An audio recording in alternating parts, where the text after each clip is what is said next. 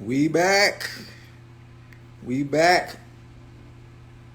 Let me fix the bow tie. Get my bow tie all nice and set up. You know what I'm saying? I'm back with another tuxedo T-shirt for the fam. Got a very special guest for y'all this evening. Someone that I call the greatest poet of all time.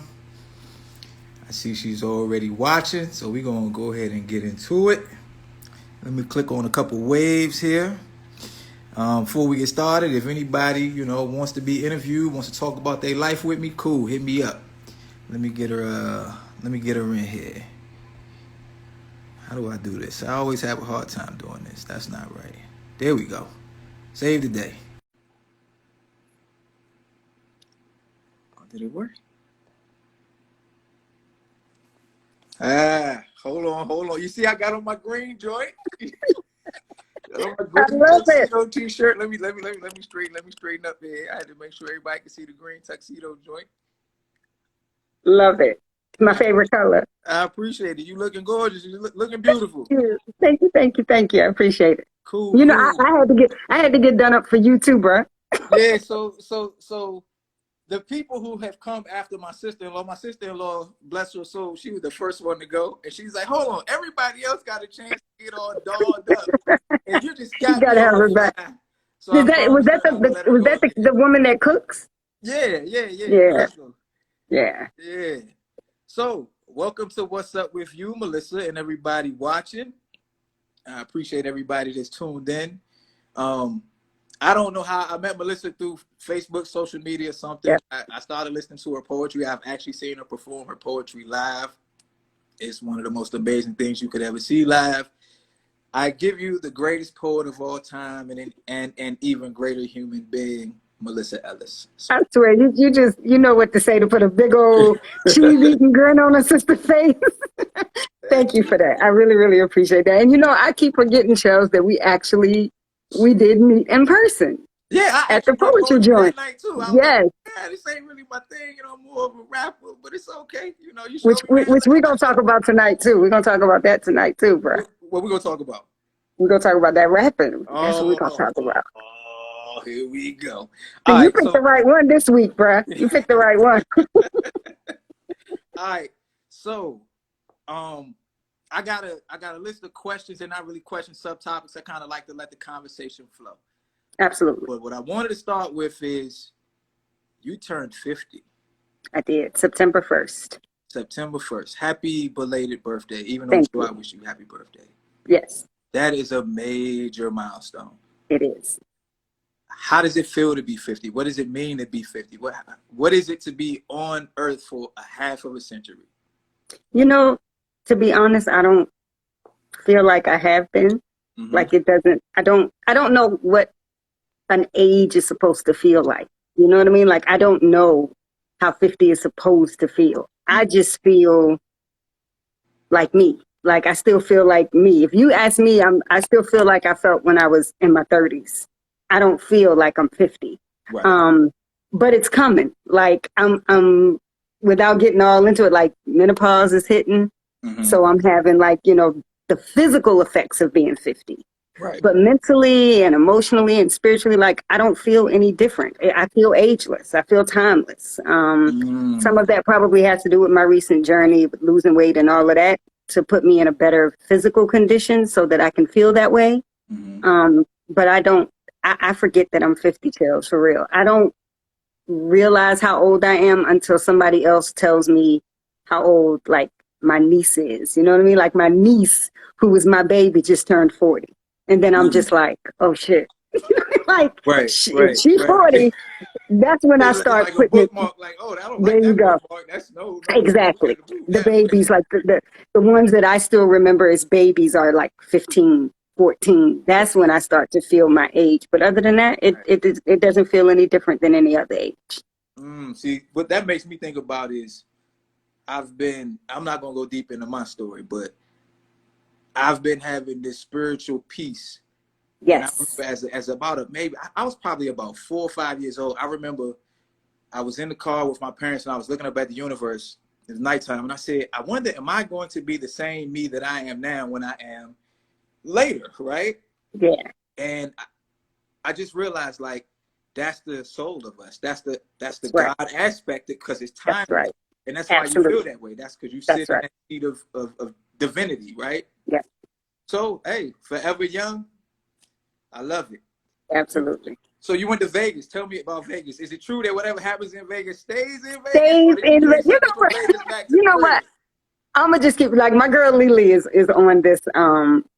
on this video. She's watching. Okay. Lily is Hey, someone Lily. that I also met, and I think Lily would be another person that would be amazing for you to interview. So Lily, reach out to Charles because I think you'd be a fun interview too.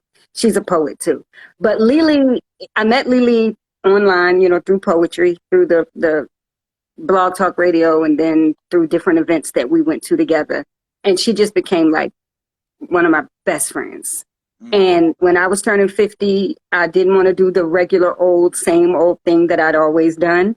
So I said I wanted to go to Vegas. My niece decided to join me, and Lily, who lives in California, flew to Vegas, and the three of us hung out for a weekend, or almost a whole weekend.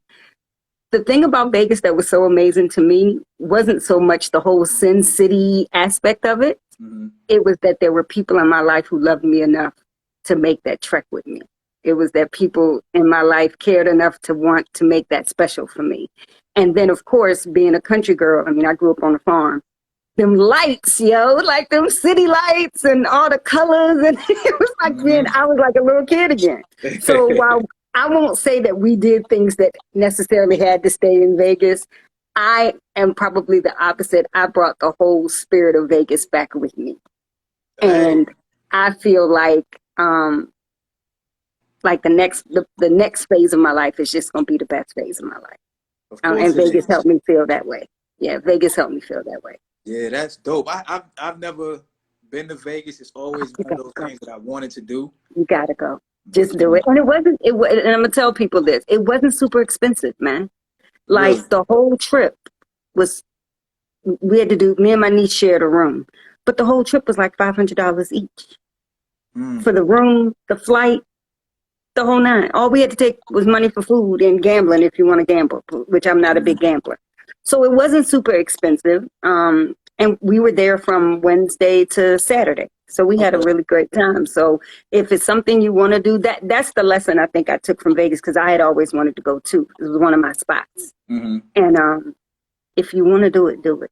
Because life is absolutely short, as long as and as infinite as it is. This part of our journey, this part of our experience is short. So if you want to do it, go do it. Lily I'll come watch the girls. in next month for Yeah, the fourth it's time. Lily stay there. Lily had went a couple of weeks before I showed up. So that's Lily's second home. They be like, hey, yes, Lily. She's like, hey, I'm back. Just sliding through right quick. exactly. I'll watch the girls. Y'all go to Vegas. I'll watch the girls. Did you gamble? Did you win or lose any money at all? I did. I won $200. Oh, word. Let me get and I'm smart enough to know when to stop. Oh. So I didn't go back after that. I played a little bit here and there after that, but nothing major. As a matter of fact, all three of us won the same night. Really? But what we realized was, I want to say that was like a Thursday night. So it was before the weekend, and the machines were loose. You know what I mean? Like that's how they get you. When it was good. That's how they get you though. Like during the week, if you're there like Wednesday or Thursday, you're gonna win, right? The machines are loose. But when the weekend roll in and they know people coming in, the machines get tight. But because you got lucky, you keep wanting to chase that luck. Right. And on the weekends, you're going to lose all that money back. So I stayed away from them on the weekends. I played like another $5 or $10 and let it be that. Hey, once you up, it's like, all right, I'm good. I'm chilling. Exactly right. That's exactly right. Rolled out. So you mentioned about your weight loss journey. Yes. Let's talk about that. Let's talk about it. Was it, how you say it, bariatric bypass? What was the procedure? What was the recovery? I know you're working out. Just tell me about it. Let's talk about it. Okay. So a few years back, I started having really, really bad stomach pain. Couldn't keep anything down, would wake up in the middle of the night feeling like I needed to throw up, just miserable. And couldn't figure out what it was. Went to the doctor. They thought it was stomach cancer. They thought it was some kind of gastro thing. Like I went through all kinds of tests. Come to find out, it was a hiatal hernia that was causing acid reflux. Okay. And the acid reflux was getting so bad that it had started to give me sore throats, and I was starting to have some erosion in my esophagus.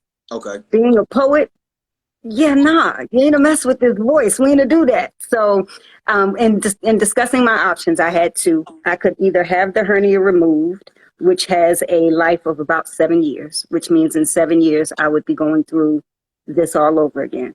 Or Okay. I could have weight loss surgery. Weight loss surgery is called bariatric surgery, and there are various kinds. You can get lap band, you can get sleeve, or you can get gastric bypass.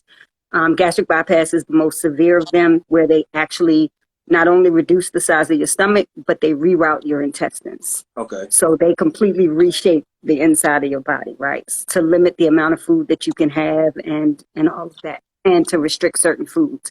So the reason we decided to go that route was because the hernia was actually caused by my weight. Because at the time, I was 380 pounds. Okay. So they said, you can have this surgery to fix it, but it's going to come back. Because if you don't lose this weight, the hernia is going to come back. And what a hernia is, for anybody that may not know, is where your stomach pokes through your diaphragm like that, because it's too much weight and pressure. Other things can cause hernias too, but that's the main thing. So your diaphragm is like this, a piece of your stomach starts poking through it, and it's painful and all kind of mess. So I went with surgery. I was terrified. I was mostly concerned with what other people would think, right? I was concerned about, because you hear people say all the time, surgery is the easy way out. Surgery is lazy. I used to think the same, but it needed to be done. Excuse me, I got to play Black Auntie for a second. Take your Please be time. quiet before I get upset. Thank you. Bye. I'm Okay, sure Libby sorry gonna about be up that. in a minute.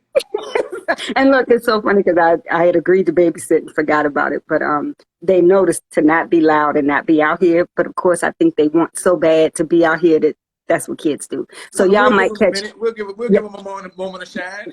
y'all might catch a couple of Black Auntie moments where I have to bring people in. But I decided to have the surgery. I had it September 26th of 2019. So it's been 2 years. Within the first year, I knew immediately that my doctor was very honest with me. He said, you can gain this weight back no matter how much you lose if you're not committed. So you need to develop a workout regimen, and you need to eat properly. Okay. So as soon as I could work out, I started walking. Then, thanks to a certain someone by the name of Marcello Bradley, I decided I was going to run. Because who runs? I got And you was in the running. posting. And I'd always wanted to be a runner, but like, you made it seem feasible. Okay. Because you never talked about being a runner. You just were. Right. You didn't feel like you didn't have to go run a 5-mile marathon. You would post a mile run. You would post a 2-mile run. And I was like, we're going to try this again. So I became a runner. I'm very proud to say that. I love being a runner. I became a runner. I work out 3 to 4, sometimes 5 days a week, doing both weights, running, cycling, all kinds of stuff. And I lost 152 pounds. So I've maintained that 152 pounds. I've maintained that now for about a year. So I lost it. Whole human. Yes. And it feels like a whole human. Yeah. Thank you so much. Thank you. It's my greatest accomplishment. And while the surgery helped me do it, the surgery didn't do it. Like, I need to be real clear about that. And I've said it in my own lives and stuff, but for anybody listening, like, real talk, surgery is a tool like anything else. If you don't use that tool and you don't do it the right way, you can best believe you will either not lose, or you'll only lose a little bit, or you will gain it all back. And I was determined not to do any of those. So if I'm gonna alter my body physically, I'm gonna do it right. So I've been doing it right. Well, I mean, I think that definitely deserves a soft clap. I can't clap. Thank you. I appreciate it. I appreciate it. I'm speechless at the fact that I helped you along your journey. Absolutely. Why you think? And look, and you don't even, like, you probably don't even remember, but like, in the very beginning, I would hit you up about all kind of stuff about running. I got short term. That's how athletes and rappers do. We make mistakes. We take the good and the bad and push it all back and keep moving forward. When I first started running, like, I couldn't figure out how to breathe. and run at the same time. And you gave me videos to watch. You gave me tips on breathing. You used to tell me the best shoes to wear. You told me the best apps to get, the whole nine. So you were, hold on for just a second, because I'm for real about to. Take your time. Josiah, I can hear you, sir. Black Thank you. Okay, sorry. I'm so sorry, y'all, but we said real conversations with real people, right? We said real conversations with real people. So we're gonna be real.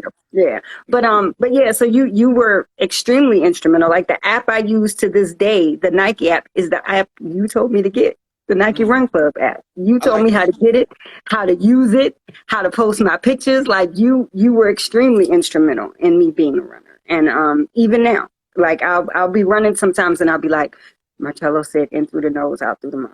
Yeah. and I'll refocus. That's how it goes. And we'll talk about this a little bit later, but number one contender too. Number one contender. Oh yeah. I can't listen to my own music while I run. It's too. I gotta listen to other stuff. Sir, number one contender does it for me every single time. Like, and I have it on my playlist at a point where I know I'm gonna get fatigued. Mm-hmm. Because once I hear it, fight through it. Right through it. Every single time. Yeah, every single time. That's dope. Yeah. I don't post my runs as much as I used to. I noticed that. I do at least 2 miles every other day. Sometimes I go do sprints on the football field. I still do my in-home workouts. I'm fasting, intermittent fasting. Oh yeah. My God. I've done that. I used to love that. I haven't done it in a while though. I have never felt so close to God. You're doing 16-8? I do 16 and 8, right? But because of my schedule, I really end up almost doing 20 and 4. Oh yeah, okay. You know, but the intermittent fasting with the running, it's like a high. It's like a natural high that I had never really experienced. I didn't think about that, Chels. I might have to get back to that. I did that for a long time. Back when I was heavy, I used to, because I tried everything to lose weight on my own before surgery. Right. Intermittent fasting was one of them, and I lost, but I didn't keep up with it. So I'm gonna have to get back to it, because it was like a burst of clarity. Yeah, it's like I've never been so mentally clear. Real quick, I'm gonna tell you a story. So I got forced to work overtime the other day at Roslyn, and I work overnight, so I don't really come into contact with humans in mass. Right? Okay. And I hadn't been around so many people in probably 3 or 4 years.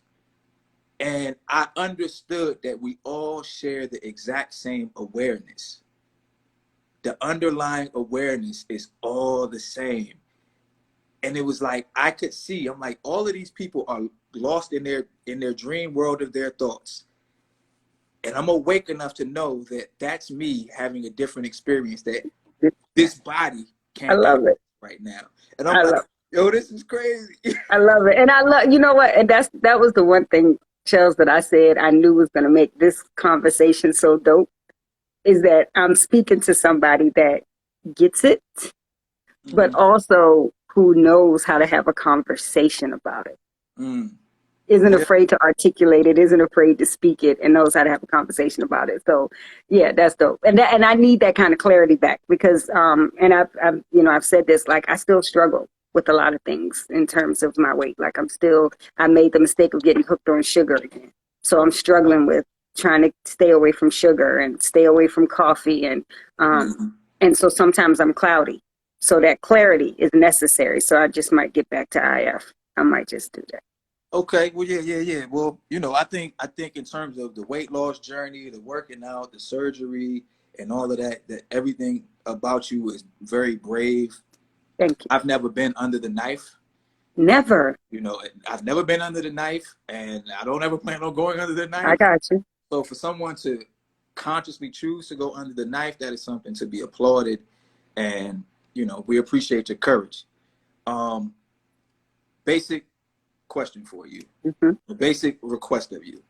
Okay. In your own words, define love. No wrong answer. Oh, my goodness gracious. Told you I'm not letting you off the hook. You are not playing, sir. Okay.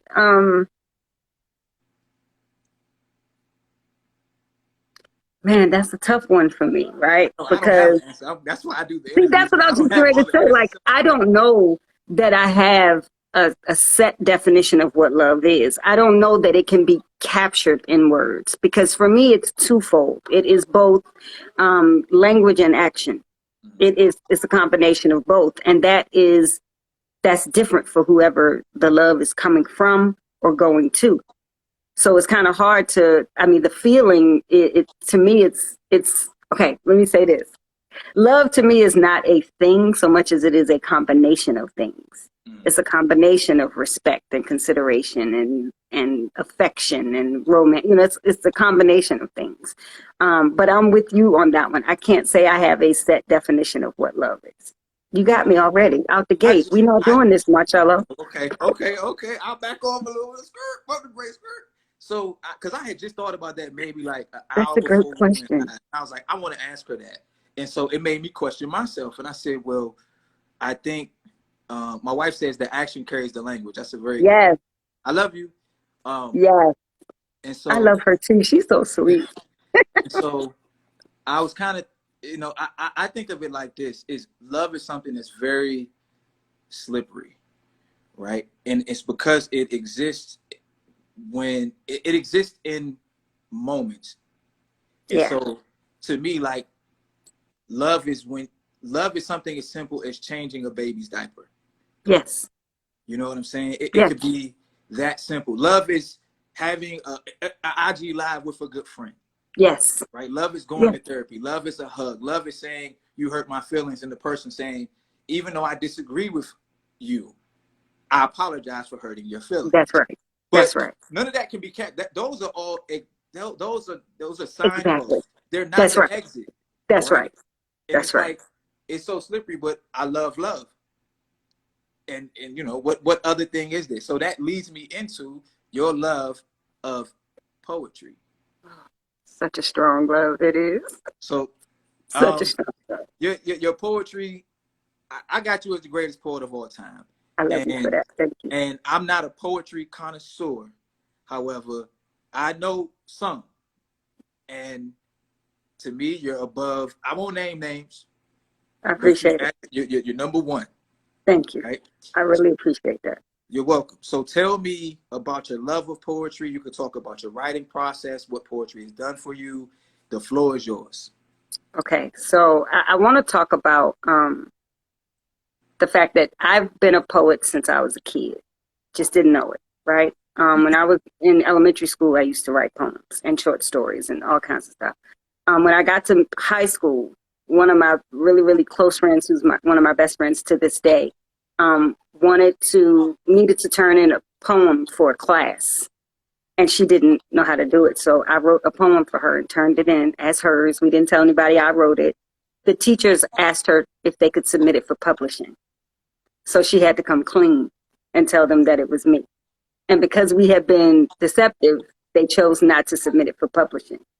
But I didn't realize back then that it was something I would love to do. So after high school, life took over and I stopped writing or, didn't think anything more of it. In 2009, me and my best friend, my washer and dryer broke. So we actually had to go to a laundromat, something I hadn't done in years. Saw a flyer on the wall for a poetry event that was happening in my town and decided to go. We just going to check it out. So when we walk in the room, there is a brother performing named Christopher K.P. Brown. I think KP's Philly, I think, but he was here in South Carolina. He was featuring. And when I walked in, he was doing this poem about a young brother named Darian Albert. I think that's his name. Forgive me if it's not. It's a young brother who had gotten beaten to death by a mob. And turns out it was mistaken identity. They beat him to death with a 2x4. And when I walked into the venue, KP was doing this poem and was waving this 2x4, an actual 2x4 in the air as he did this socially conscious piece. And in my mind, all I kept thinking was, this is poetry? Like, to me, poetry was Shakespeare. Poetry was, 30 days, half September, that mess. Yeah. This was a brother talking about stuff that affected us. And then as the night went on, he did more. Guys, as the night went on, he did more and more about healthy eating, generational wealth, like just these deep topics. And I grabbed a napkin that night, sitting at the table, and wrote my first spoken word piece sitting On a at the napkin? table on a napkin. It was a piece about domestic violence. That's love. And it just hit me. It just literally poured out of me like water. And I knew that I was going to go back and I was going to try to be brave enough to get on stage and read it. So one thing that if you love me or know me, you'll know that I am pretty objective. I prefer to see things from both sides if at all possible.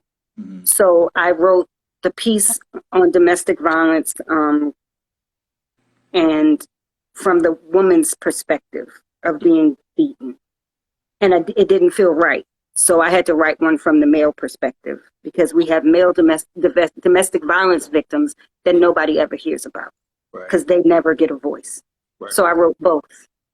And I went back. It was when that happened in October. The next month it was closed because of the holidays. So I went back right before Christmas and got on stage and performed both pieces and got a standing ovation. And I was hooked.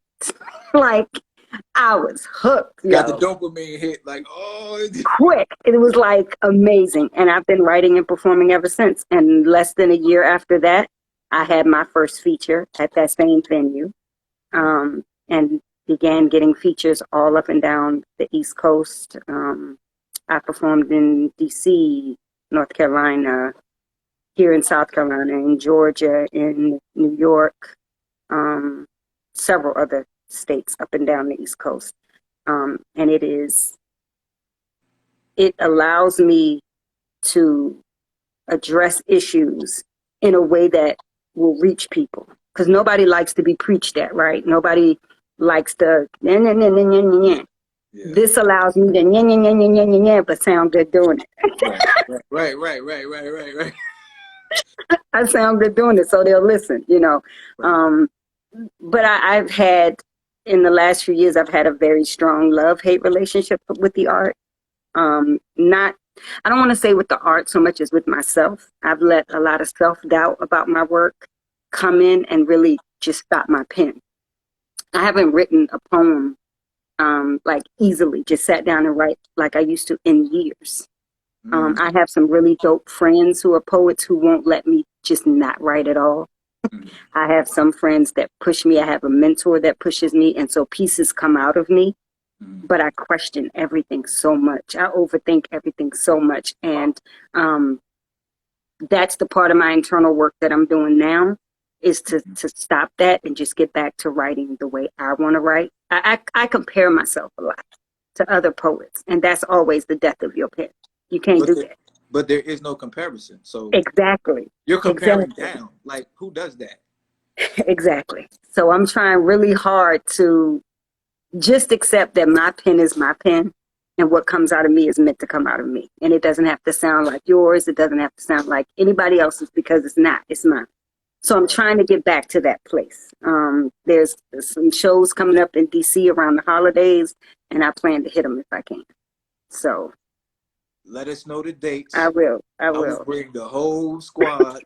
Kristen will bring the seafood.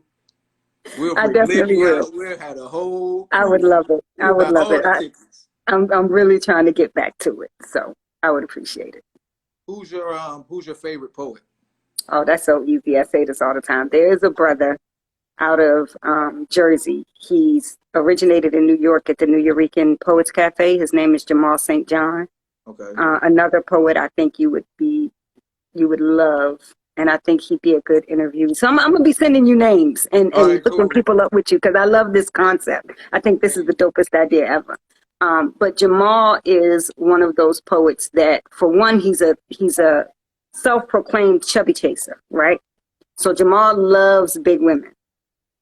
But the work that he does, right, that's why I said I think you would like him, right? But the work that he does is so reaffirming of women, of Black women, of big women. He teaches you through his poetry to just love you the way he loves you.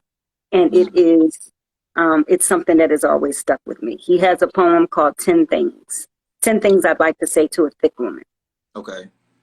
And I tell people this story, they don't believe me. I printed that poem off after the first time I heard it. I found the words, I printed it off, and I taped it to my computer at work.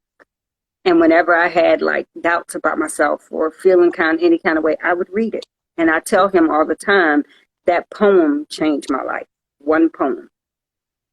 So by far, Jamal St. John is my favorite poet. Jamal St. John. So I'm gonna have to. If y'all give me 1 second, I'm gonna make a note of that.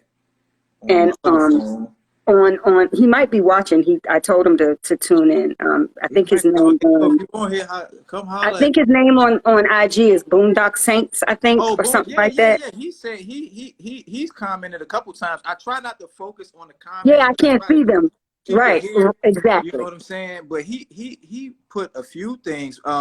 He said that Just Me is amazing on the page and on the mic. Saw her do a dope feature in Baltimore a few years back, and it was nothing short of spectacular.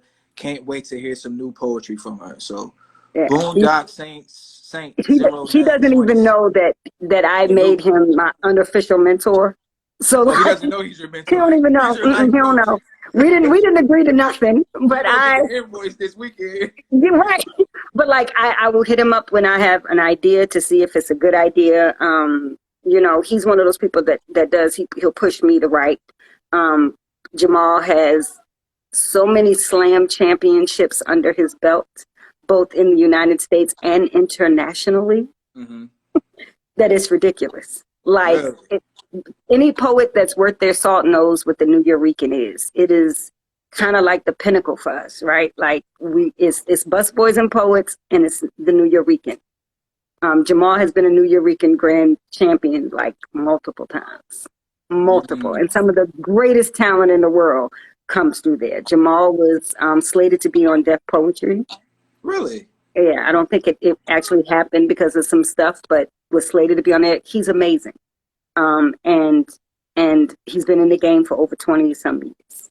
So yeah, he's a favorite, and I have a lot of poets that I love and look up to, which is a blessing and a curse, because that's where some of that comparison comes from. I'm surrounded by dope poets, surrounded by them.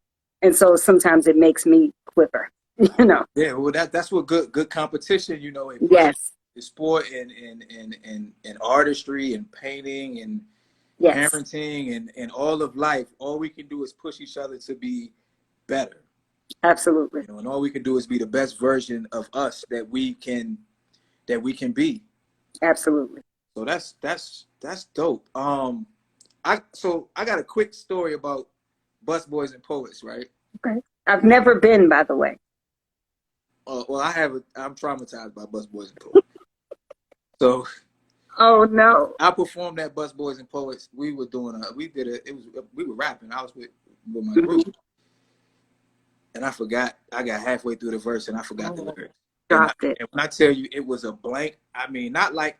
I remember like the twos and fours, like face palm. Been there. Nothing, right? I've been there. And I've never really liked performing. I like the creative part. I like the idea that I didn't have this thought before and now I do. Yeah. You know, God was in the dark and now there's a whole bunch of shit. Yeah. But that was before I went on The Real. So this is playing through my mind. Now when they filmed The Real and I was on The Real, I was like, yo, you can't mess this up, bro, because this is national TV. You're in a police uniform rapping. So it's already gonna be some people who feel some kind of way. Yeah. This has to be perfect. And I knocked it out the park, so I slayed that demon and we moved forward. Yes, Lord, you did. Every time I drive past the Busboys and Poets in Hyattsville, I'd be like, ooh, you got me. But we all take L's, you know what I'm saying? Absolutely. I'll never forget. I had the same thing happen to me. I was in the middle of a poem, completely lost it. Couldn't even think of the next anything. Like sometimes you can't think of the immediate next line, but you can think of something that comes later. Right. Nothing. And I literally had to just admit to the crowd, I can't do it, and gave the mic back to the host and walked off the stage. Worst feeling in the world. Oh, but it happens. It happens. And what it taught me to do, though, is like I have learned to improvise like a mug now. So if I drop something, I just try to keep going somehow or push through it or something like that. So Well, that's one of the good things about not What's wrong? being. Okay, you'll be all right. Can he come say hi? Because I think that's what we need. Yeah, come Can on. he come say hi? Come Hi. say hi to Yo, what's everybody. happening, King? How you feeling? Good. This is my godson, Jojo. Jojo, you are extremely loud back there, and I need you to stop. Yo, Understand? yo. Okay. All right. Thank you. Can we pass that snack today? No. Bye. So I'm the godmom. Mm-hmm. They think I'm rich. They always think I'm rich. So every weekend it's, can I get VC? Can I get V-Bucks? Can I? Yeah. So, yeah. I That's need a because second job. you may not be rich, but you're wealthy. I need a second job just to take care of the kids. But yeah, but the drop happens. The drop absolutely happens. And I think, like I said, all you can do is learn how to push through. It doesn't make you, I mean, it happens to the best of us. You know what I mean? It happens to the best people. So it is what it is. It sucks in the moment, though. Oh, it's heartbreaking.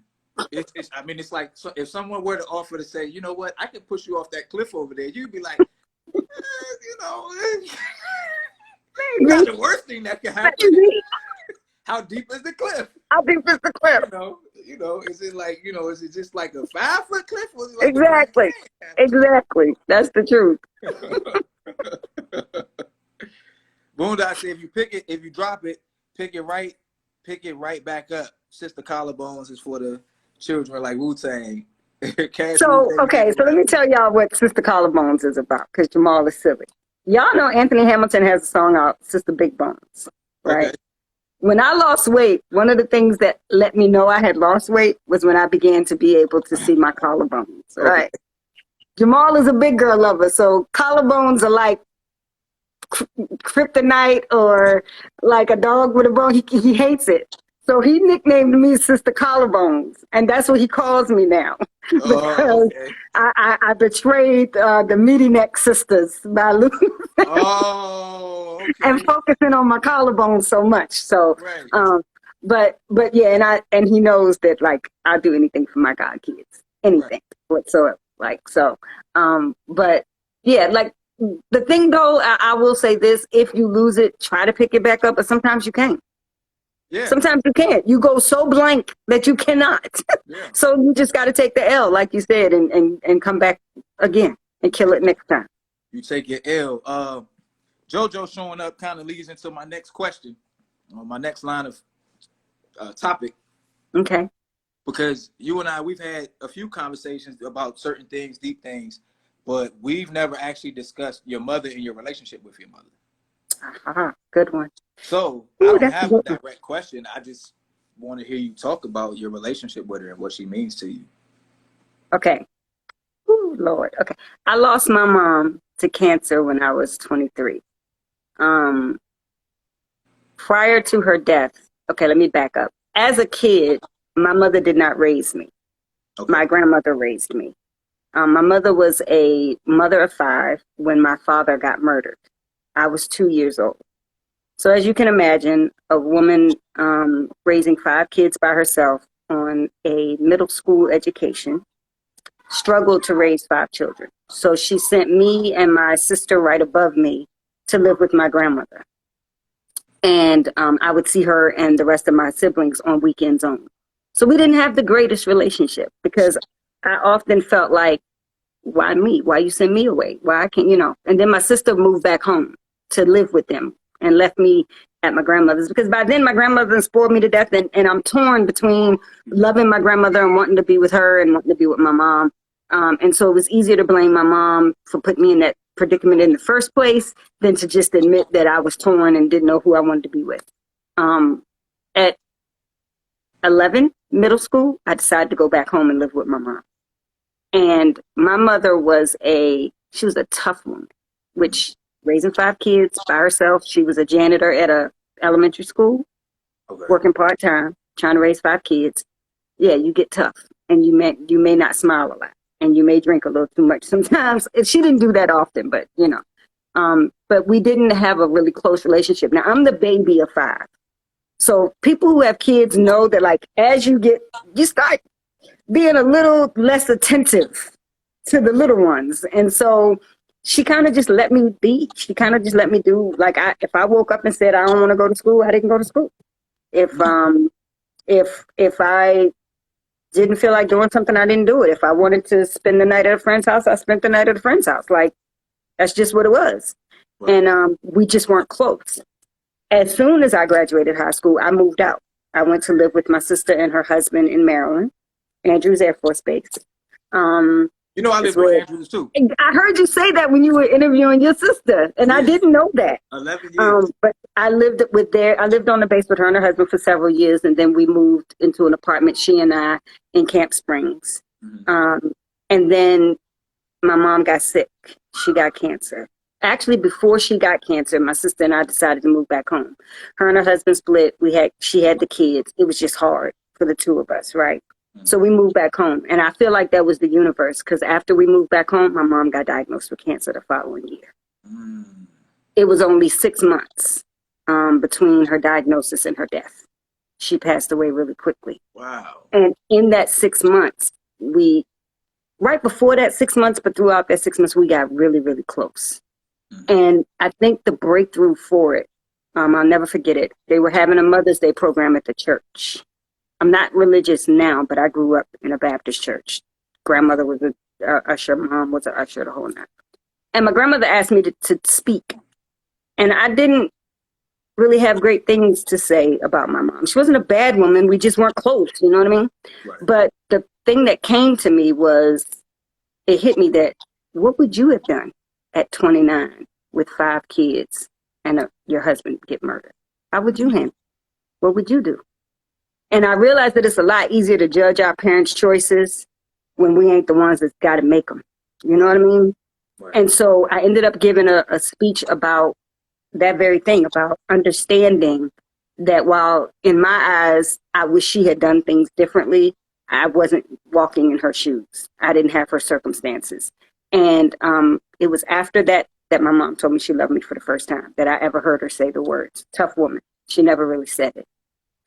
And so we got to be really close. And I'm actually published. The first thing that got published in a book for me, I wrote a short story. I took a course in realistic fiction, where you take an actual true life event and fill in the gaps that you don't remember specifically with truth, what they consider like fiction, but you're basically just fluffing the parts you don't remember. Right. I wrote this piece called Hair Today, Gone Tomorrow. And it was about my experience with my mom, where she asked me to, my job in my mother's life was washing and rolling her hair. And when I washed and rolled her hair at that time, it came out in my hands, all of it. Because she was going through the chemo, and her hair literally, when I finished with her hair, after I finished washing her hair, I'm washing it and it's coming out. When I finished, her head looked like yours. Wow. And we weren't ready for it, but I was a dumb kid and I didn't comfort her like I should. I just said, trying to be strong. We expected this. It's going to be okay. And then I kind of left. And I feel like I wish I had said more. So while I have a great amount of love for my mother posthumously, I have that. I wish I had showed it to her more while she was here. So it's a complicated relationship with my mother, because I look just like her now. I see her in the mirror. Yeah. I got her shape.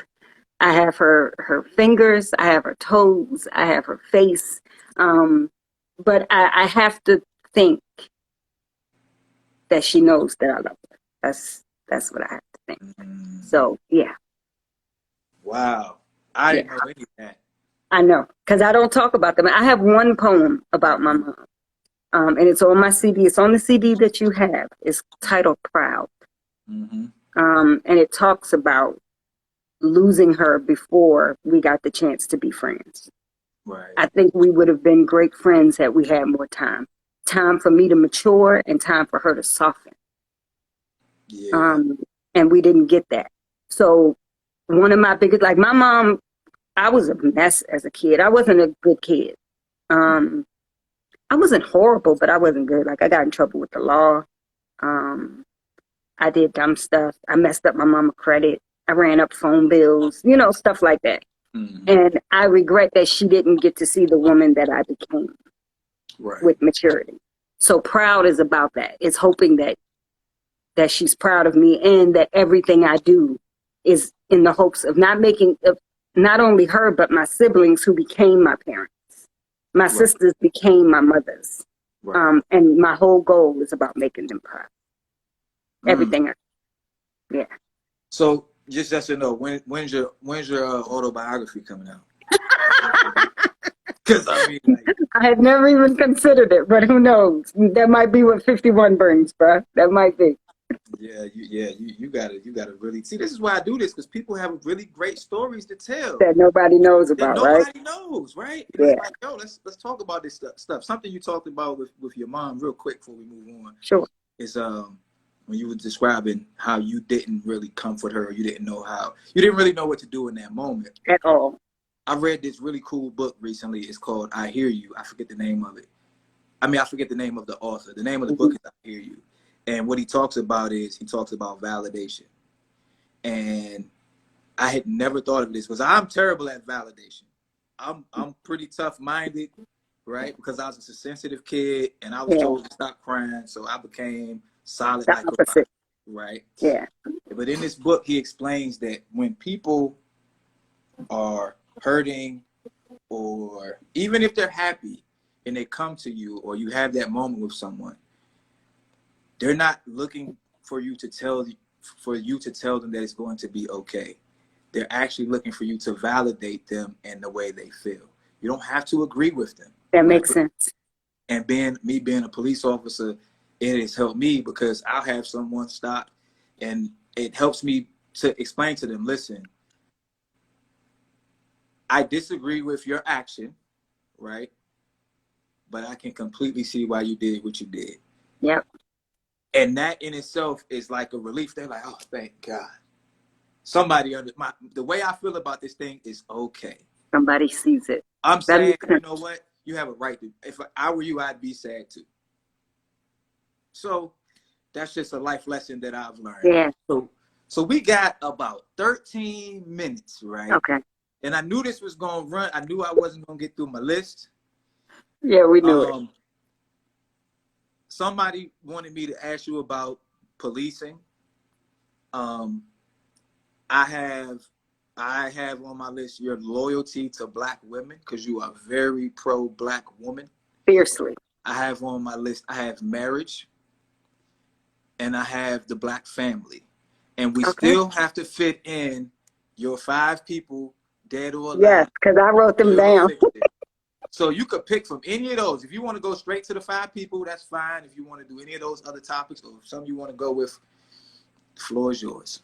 Okay, I want to do policing before I do the 5. And the reason I want to do that is because of your profession, right?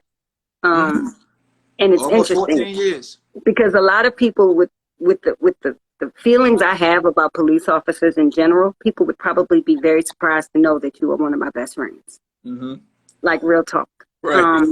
And you help me keep perspective of the fact that policemen are human. Mm-hmm. And not all of them agree with everything that's happening. And that it's not as easy as people think, that whole, well, why don't the good ones speak up? Well, we've seen the good ones speak up and be punished for it. And those good ones have families and, you know, people they have to support and bills they have to pay and all of that. Right. So while I do feel like there needs to be reform with the way policing is done in this country, because of you, honest to God, because of you, I cannot say I hate all police officers, right? I cannot. I cannot say it, because I love you. You are one of my greatest friends. We talk about any and everything. And so that's all I really care to say about policing. I absolutely feel like it needs to be a lot of changes made, but at the end of the day, I know some good ones. That's just the truth. Yeah. Cool. Well, my quick piece on police, and I I don't even know it's my idea. Ideas run through the mind. Other people might have said it. Right. I think we have a lot of conversations about how to improve policing the police department and the community and the relationship between the police and the community. And I think something that would be really good for everybody involved is for the police departments to allow. So when we go through training, we do scenarios, you know, and they'll have officers who are already on the department and our trainers and stuff, and they'll act it out. They may reach for a gun, they may try and swing on you or something like that. We need the community to come out and do those things so you can understand What that it's when like. certain things happen, a police or anybody who is willing to sign up to run into a building to stop someone with a gun is already wired differently than most people. Yeah, So if you step I to a get police that. officer in a certain way, you already know they're probably going to react differently than the average person. Okay. Right? So I think not only does we need community policing, we need to better understand both sides of the coin, right? Yeah. So we'll leave the police thing at that, and we'll save that for a whole nother live, and we'll sit down and we'll do the whole I thing. can dig that. All I the can way dig back that. to whatever, right? I can dig that. 2-hour joint. Yeah. I need your 5 people. Okay. If anybody right. you want to stop on, just let me know. Okay. If I want to I stop, got you. I'll let you Look, know. I put them in my notes. You cheated. I did cheat. Because but see, this is because I am also loyal to my friends, and I have been watching every episode of your show since it began, and so I knew that question was coming, and I prepared for it. That's all. So my 5, it was 5 people that if I could have a conversation with, who would they be? Right. My first one is my father. My father got murdered right before I turned 2. I have one very vague memory of him that for a lot of years I thought I had made up until I had a cousin that said, no, that happened. I was there. I remember